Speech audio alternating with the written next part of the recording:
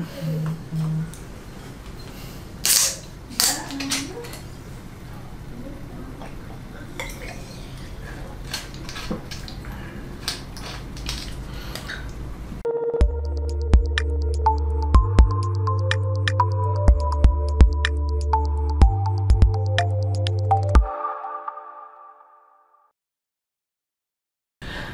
selamat sore teman-teman semua. Bertemu lagi dengan saya Dwi Anggara. Dan di video kali ini saya ingin membahas satu topik yang menurut saya cukup unik gitu ya. Sekaligus ini nanti menjawab pertanyaan teman-teman yang lain yang berkaitan dengan topik ini. Jadi ceritanya gini teman-teman. Malam tadi saya dapat DM dari Mas Zidan Mahdavikia. Jadi ini DM-nya malam tadi nih, today 12.07 PM. Jadi hari ini tanggal 11 Januari. Oh ya, 11 Januari bertemu ya. 11 Januari 2021. Jadi malam tadi jam 12 lewat, Mas Zidan DM saya ke Instagram. Pertanyaannya gini, kenapa Mas Angga merasa tersesat baca buku Cash Flow Quadrant gitu? Ada apa Mas? Gitu pertanyaannya. Terus saya jawab dong di bawahnya. Enggak kok Mas, enggak pernah bilang begitu. Semalam saya bahas ini beda subjek, bukan lagi bahas Cash Flow Quadrant. Jadi ceritanya malam sebelumnya gitu ya, jam 7 saya ada live bahas tentang hubungan sukses dan kerja keras. Saya beranggapan bahwasanya belief bahwasanya tidak ada kesuksesan tanpa kerja keras itu kurang tepat gitu ya. Jadi teman-teman bisa nonton nanti replaynya, live-nya di Instagram saya, ada di IGTV. Terus Mas Zidan jawab lagi nih, di vlog yang jalan pagi di kampung itu Mas, di Lubuk Linggau. Oh, terus saya jawab bawahnya dong, tersesat di jalan yang benar maksudnya Mas, tersesat itu bercanda Mas. Hihihi, dia bilang. Walah, kata beliau, pakai tanda kutip tersesatnya. Mas Zidan balas lagi, menit 12.15, dulu saya tersesat baca buku The Cash Flow Quadrant. Iya, karena itu tersesat, jadi belajar yang lain, saya bilang. Baca buku itu tersesat, Mas. Tanda tanya lagi. Saya bilang, karena anak-anak seumuranku masih berpikir kerja, aku enggak, jadi tersesat, gitu maksudnya. Jadi beliau balas, walah gitu tuh maksudnya. Tersesat karena mindsetnya nggak sama anak-anak pada umumnya ya, gitu. Nah, teman-teman, kalau ada yang berpikir bahwasannya kata-kata tersesat saya itu bukan bercanda gitu ya, tersesat pakai tanda kutip, atau saya nyebutnya tersesat di jalan yang benar, kayaknya saya perlu bikin video ini karena dikhawatirkan gitu ya, orang-orang yang nonton menganggap, wah Mas Angga tersesat nih baca Cash Flow Quadrant, berarti Cash Flow Quadrant sesat nih, tidak boleh diikutin misalnya gitu. Enggak teman-teman. Jadi pertanyaan ini sekaligus menjawab pertanyaan teman-teman yang lain, yaitu Mas Angga dulu sebelum Mas Angga tradingnya menghasilkan, sebelum balance-nya gede, dulu ngerjain apa untuk make living, untuk makan, untuk kebutuhan sehari-hari gitu ya. Karena saya secara pribadi belum pernah kerja as employee, itu belum pernah kerja untuk orang lain. Dan waktu di awal-awal kan tradingnya memang belum menghasilkan yang signifikan gitu. Saya tradingnya oke, tapi kan balance-nya masih kecil gitu ya. So, ini akan menjawab pertanyaan itu juga. Jadi, ini dua video sekaligus gitu. Jadi, satu dayung, 2-3 pulau terlampaui. Istilahnya gitu. So, flashback teman-teman. Kalau teman-teman belum nonton video saya, vlog saya judulnya Bagaimana Saya Memulai. Nanti saya akan taruh linknya di sudut kiri sini ya, teman-teman, di card sini. Di situ saya pernah bilang bahwasanya saya dari kecil suka banget baca. Dan saya baca apa aja. Saya baca komik, saya baca novel, saya baca Wiro Sableng, saya baca Popingho, saya baca Kejar Paket B, Kejar Paket A, saya baca koran, saya baca semua hal yang bisa saya temui. Sampai akhirnya ketika saya SMA, saya ketemu satu buku judulnya The Cash Flow Quadrant, bukunya Robert Kiyosaki. Dan saya bilang saya tersesat baca buku itu. Tersesat itu dalam artian tersesat pakai tanda kutip gitu ya. Saya bilangnya tersesat di jalan yang benar gitu ya. Karena waktu itu dari SD SMP saya termasuk orang yang juara gitu, sering juara. Begitu SMA mendadak motivasi saya untuk belajar itu turun gitu, untuk belajar kewarganegaraan, belajar kimia, fisika gitu-gitu ya. Karena salah satunya adalah karena saya baca buku itu, buku The Cash Flow Quadrant. Makanya saya bilang itu quote-unquote tersesat. Karena waktu itu saya lanjut baca buku Cash Flow Quadrant dan seriesnya. Gitu. Saya baca buku Business School for People Who Like Helping People, bukunya Robert Kiyosaki juga. Dan setelah itu saya baca bukunya David J. Schwartz, judulnya Berpikir dan Berjiwa Besar. Berpikir dan Berjiwa Besar, The Magic of Thinking Big. Nah, di buku itu ditulis bahwasanya waktu itu Henry Ford pernah nonton orang yang ikut Who Wants to Be Millionaire. Mudah-mudahan saya benar ngutipnya ya teman-teman, karena saya ini bacanya udah lama banget waktu SMA. Dan ketika Henry Ford ditanya, kira-kira kamu mau bayar berapa untuk orang itu yang jago banget bisa menjawab semua pertanyaan di Who Wants to Be Millionaire? Henry Ford bilang, saya akan gaji dia sekitar $200. Tapi itu bukan sebulan atau setahun, tapi seumur hidupnya dia. Kenapa? Karena kata Henry Ford, buat saya dia cuman ensiklopedia berjalan gitu ya. Jadi dia bilang dia cuman ensiklopedia berjalan. Dengan $200 saya bisa beli satu set ensiklopedia yang bagus gitu. Dan kata-kata itu hit my mind. Jadi saya langsung kayak ke-trigger karena kata-kata itu, dan saya lanjut baca bukunya. Katanya di buku itu dibilang bahwasanya buat apa saya menggunakan otak saya sebagai garasi fakta?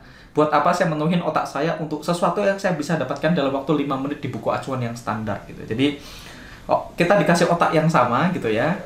Kita punya pilihan. Kita bisa pakai otak kita untuk membuat sejarah atau merekam sejarah yang diciptakan oleh orang lain. Kurang lebih gitu. Jadi kata-kata itu yang membuat saya akhirnya berubah mindsetnya, berubah cara pikirnya, dan yang saya sebut quote on quote tersesat gitu ya. So ini berkaitan dengan pertanyaan teman-teman tadi. Dulu waktu belum sukses tradingnya, waktu belum making money cukup banyak dari trading, ngerjain apa? Jadi teman-teman, gimana ceritanya saya bisa ketemu, kenalan dengan buku-buku itu?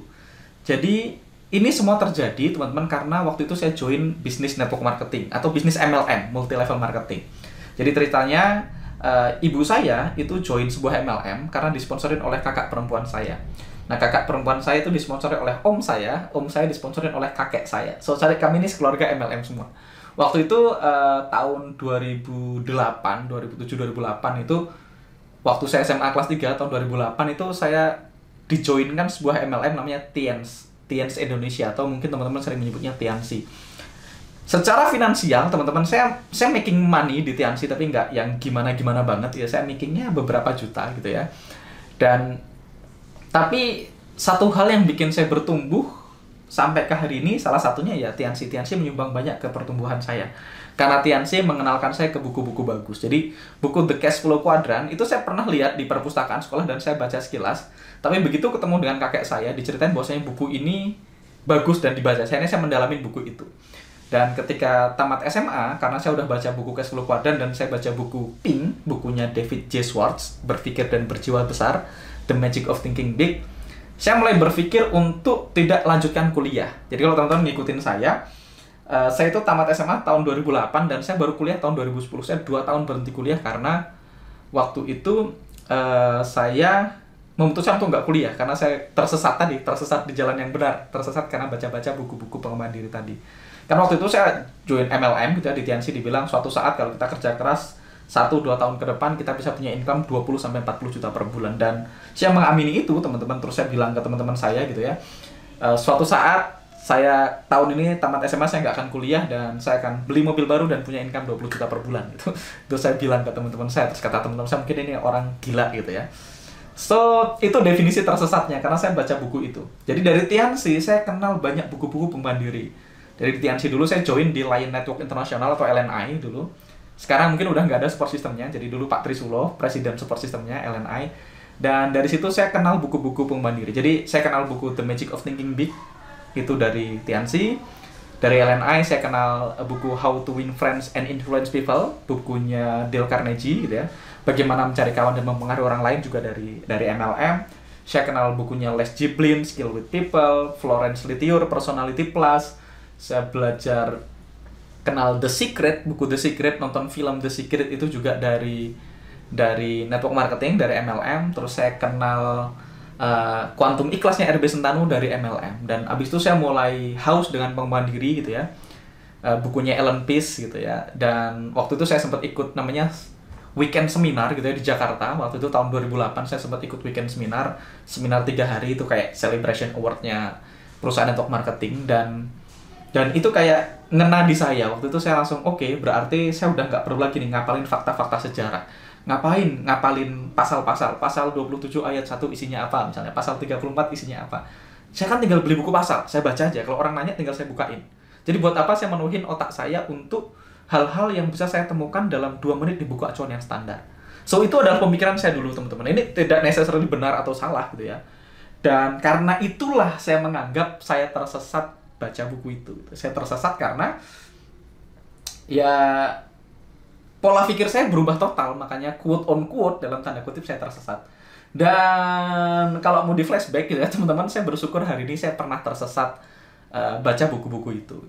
Dan akhirnya berlanjut teman-teman. Saya ngerjain bisnis MLM itu dari tahun 2008. Jadi dari saya umur 17 tahun, terus saya udah join bisnis MLM, network marketing. Tahun 2009 saya merantau ke Palembang, waktu itu join satu network marketing juga. Dan di sana saya making okay money, teman-teman. Saya menghasilkan 1 juta sampai 1,5 juta per hari. Meleset dari impian saya sebelumnya, teman-teman. Jadi impian saya sebelumnya itu waktu saya masih join di Tianxi gitu ya.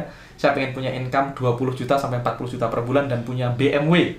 Kalau teman-teman ingat, ada yang join di Tianxi di sini, komen di bawah ya, yang alumni Tianxi atau yang saat ini masih aktif di Tianxi, boleh komen di bawah. So, dulu teman-teman tahun 2008 itu hype-nya itu Tianxi itu BMW. Jadi kalau Tianxi Silver Lion dapat reward BMW gitu ya. Walaupun ada yang Bronze Lion dapat reward BMW, ada yang bintang 8 dapat reward BMW, tapi waktu itu kayak BMW itu terpatri ya, teranchor di kepala saya bahwasanya ya kalau di Tianxi sukses dapat beli BMW gitu. Dan balik lagi teman-teman, saya sangat bersyukur saya dulu sempat quote on quote dicuci otaknya. Sekali lagi dicuci otak dalam tanda kutip ya. Kalau dicuci otaknya jadi lebih baik, why not kan gitu ya. Daripada otaknya kotor mendingan bersih kan. Dicuci otaknya, saya dijejali buku-buku pengembangan diri, saya dikasih impian yang waktu itu nggak masuk akal ya. Menurut saya, menurut teman-teman saya mungkin nggak masuk akal. Saya anak kampung, saya tinggal di desa, saya punya impian, punya income 40 juta. Saya pengen jadi public speaker waktu itu karena di Tianxi kalau sukses jadi pembicara sukses seminar gitu ya. Di depan orang banyak dan seterusnya dan seterusnya. Dan saya punya BMW dan seterusnya. Jadi impian-impian itu saya jaga sampai akhirnya saya di Palembang, saya sempat punya income gede. Sampai akhirnya 2010 saya kuliah di Jakarta. Dan perjalanan saya berlanjut gitu ya teman-teman. Saya join beberapa perusahaan MLM. Ada yang saya making money sangat banyak, ada yang saya menghasilkan puluhan juta per bulan, ada yang saya akhirnya salah join gitu, join di money game, ternyata saya nggak tahu kalau itu money game gitu ya teman-teman, saya nggak tahu, terus akhirnya saya join, terus akhirnya happen to be saya dikejar-kejar downline gitu ya, karena oh ternyata ini money game dan bermasalah.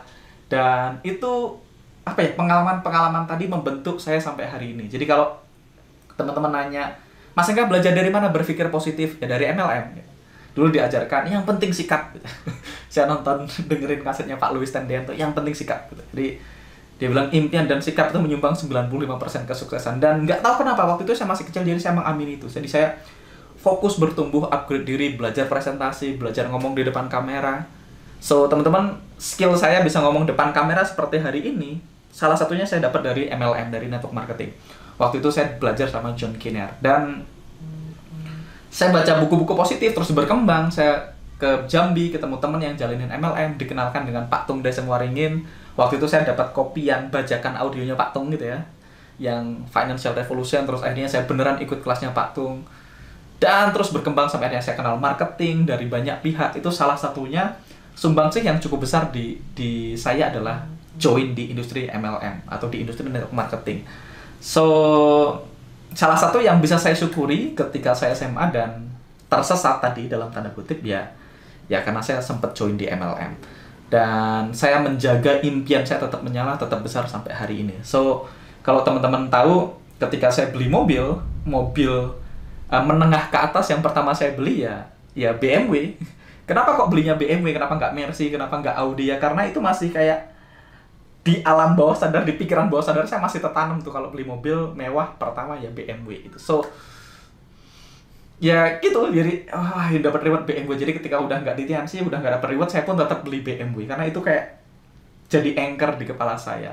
Saya baca buku 15 menit per hari itu juga dapat dari industri MLM, berpikir positif, sikap positif, dan seterusnya dan seterusnya. So itu tadi, ini menjawab 2 pertanyaan tadi. Pertanyaan pertama, yang saya maksud tersesat tadi adalah tersesat di jalan yang benar. Tersesat dalam tanda kutip gitu ya, tersesat, dan saya bersyukur sempat tersesat tersana. Itu yang pertama. Yang kedua, pertanyaannya, sepanjang Mas Angga belum menghasilkan trading, yang ngerjain apa? Yang ngerjain MLM. Join di bisnis network marketing. Jadi saya menikmati banget proses saya bertumbuh di industri network marketing. Sampai akhirnya tahun 2018, teman-teman, tahun 2018, saya waktu itu secara income sudah cukup gede dari tradingnya, jadi saya stop. Jadi 2018-2019 kayaknya saya udah nggak ngerjain bisnis MLM gitu. Saya masih join beberapa MLM, kalau teman-teman nawarin MLM produknya bagus ya saya beli gitu. Tapi mostly saya nggak aktif menjalankan MLM dari 2018 sampai 2020-an sampai 2020 akhir gitu ya. Jadi tapi ya saya bersyukur, saya say thank you buat teman-teman dulu yang pernah mengenalkan saya di industri multi level marketing atau industri network marketing. So, bagi teman-teman hari ini gitu ya, kalau teman-teman hari ini adalah seorang trader dan teman-teman mungkin tradingnya belum menghasilkan, ya jangan malu teman-teman, lakukan apapun yang selama itu halal gitu, selama itu sah ya teman-teman boleh lakuin. Teman-teman boleh jadi agent properti, saya pernah jadi agent properti, saya pernah jualan properti, belajar digital marketing sama Ko Denny Santoso, belajar gimana caranya bikin bisnis online gitu ya. Istri punya bisnis online sekarang dan belajar marketing, belajar MLM, dropshipping, affiliate, apapun itu yang teman-teman bisa kebut supaya teman-teman bisa nambah deposit ke account tradingnya. Jadi saya termasuk orang yang aliran, sekali lagi ini boleh bukan benar atau salah ya teman-teman boleh pilih. Saya termasuk aliran yang percaya bahwasanya trading itu tidak seharusnya dikebut. Jadi saya percaya bahwasanya kalau trading tuh sebaiknya kita trading dengan MM yang baik dan risk reward yang baik. Jadi kalau balance-nya kecil mas gimana gitu misalnya. Orang balance saya cuma $500, masa trading pakai MM yang benar? Ya kalau cuma profit 5-10% per bulan nggak cukup buat makan. Yes, makanya kita harus cari cara untuk bisa gedein depositnya. Kalau depositnya gede, nah suatu saat 5-10% per bulan itu akan berarti buat kita, akan cukup untuk biaya hidup kita. Nah untuk gedein depositnya, saya tidak menyarankan teman-teman ngebut tradingnya dengan overload, gebuk-gebukan lot, profit ratusan persen, ribuan persen per bulan. Tapi teman-teman cari bisnis lain di luar trading yang memungkinkan teman-teman untuk nambah saldo depositnya. Bisa tadi MLM kayak saya dulu. Saya dari tahun 2008 sampai tahun 2018, 10 tahun lebih saya di industri MLM, dan seperti yang saya bilang, industri MLM bikin saya bertumbuh sampai jadi Duyan Anggara yang teman-teman kenal hari ini. Saya bicara biasa presentasi, bicara depan panggung, bicara depan kamera, salah satunya karena MLM.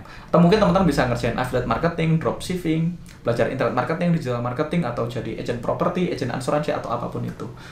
Dan nggak perlu malu teman-teman, nggak perlu malu, wah ini bisnisnya MLM. Selama teman-teman melakukannya secara profesional, ya nggak ada masalah. Dan in fact, sekarang pun saya masih ngerjain bisnis MLM. Dan kita nggak perlu banyak orang kan gini ya teman-teman, mereka ketika masuk ke trading mereka pengen dapat pride, wah trading for living nih, cuman trading bisa hidup. Well, itu tidak salah teman-teman, itu benar dan mungkin dilakukan. Saya punya beberapa mentor, beberapa guru-guru yang hari ini mereka trading for living dan hidupnya baik-baik aja dan cuma trading aja. Dan itu sah dan boleh. Tapi itu pilihan teman-teman, itu bukan suatu keharusan. Saya pernah dalam hidup saya cuma trading aja. Saya sekitar 1,5 tahun, saya cuma trading full dan nggak ngerjain hal lain. Dan kalau ditanya sekarang masih trading for living nggak full time. Karena teman-teman sekarang saya punya bisnis konvensional. Saya punya ayam bakar ya, joinan bareng Mas Fadli, kita punya bisnis ayam bakar. Sekarang saya ngerjain Logos Village, lembaga training yang ngajarin SEF, Spiritual Emotional Freedom Technique. Saya juga ngajar di kelas sekarang. Dulu saya nggak ngajar selama 2 tahun lebih. Sekarang saya ngajar Survival to Mastery, dan saya juga aktif di bisnis MLM juga. Jadi saya masih ngerjain bisnis MLM. Jadi kayak ada sebagian diri saya yang masih mengalir darah MLM-nya. So saya kerjain juga. Jadi dan saya tetap trading di akun saya pribadi juga teman-teman. Dan saya tetap punya tim order taker yang ngerjain akun-akun saya yang lain gitu. So pada akhirnya teman-teman trading itu bisa buat teman-teman punya pilihan. Artinya teman-teman boleh ngerjain trading dan fokus trading aja, jadi full time trader, trading for living, which is okay. Atau teman-teman ngerjain trading supaya teman-teman punya opsi, teman-teman punya pilihan, sehingga teman-teman bebas ngelakuin apapun yang teman-teman mau. Jadi misalnya teman-teman pengen kerja tetap boleh kerja, pengen jadi guru tetap jadi guru. Atau kalau misalnya teman-teman kayak saya, orang yang kayak darah networknya mengalir di dirinya, darah MLM-nya. Wah, kalau dibelah ini ada MLM-nya gitu ya. Ya, teman-teman tetap boleh ngerjain bisnis MLM, tapi motivasinya udah beda. Kalau dulu ngerjain karena harus making money dari sini, sekarang ngerjainnya karena kita pengen ngerjain, bukan karena terpaksa harus ngerjain gitu ya. Karena saya ketemu beberapa teman-teman yang kemarin saya ngobrol, beliau, wah saya susah bro, saya orang network, ketika ngerjain konvensional tuh rasanya pengen ngerjain network. Kemarin saya telepon sama Pak Ari namanya. Pak Ari juga bilang, saya ini mas suka banget dengan industri untuk marketing ini karena bantu orang lainnya, itu sah-sah aja. So, balik ke topik teman-teman, kesimpulannya Mas Zidan Mahdavikia. Jadi tersesat yang saya maksud itu bukan tersesat yang sesat gitu ya. Tapi tersesat yang saya maksud itu membuat saya jadi menyimpang dari track yang biasa diambil oleh teman-teman anak-anak seumuran saya. waktu itu karena saya tinggal di kampung, saya tinggal di desa, dan tinggal di kampung, tinggal di desa punya pemikiran pengen punya income puluhan juta per bulan, pengen punya BMW. Waktu itu tuh adalah sesuatu yang sesat, quote on quote. Jadi itu yang saya bilang tersesat. Jadi bukan tersesat yang tersesat, itu yang pertama. Yang kedua, balik lagi ke pertanyaan teman-teman. Dulu sebelum tradingnya menghasilkan, Mas nggak ngerjain apa? Saya ngerjain dua hal. Saya waktu itu jadi agent properti dan saya jalanin bisnis MLM. Oke, itu aja untuk sharing hari ini, teman-teman. Mudah-mudahan sharing ini bermanfaat dan menjawab pertanyaan teman-teman semua.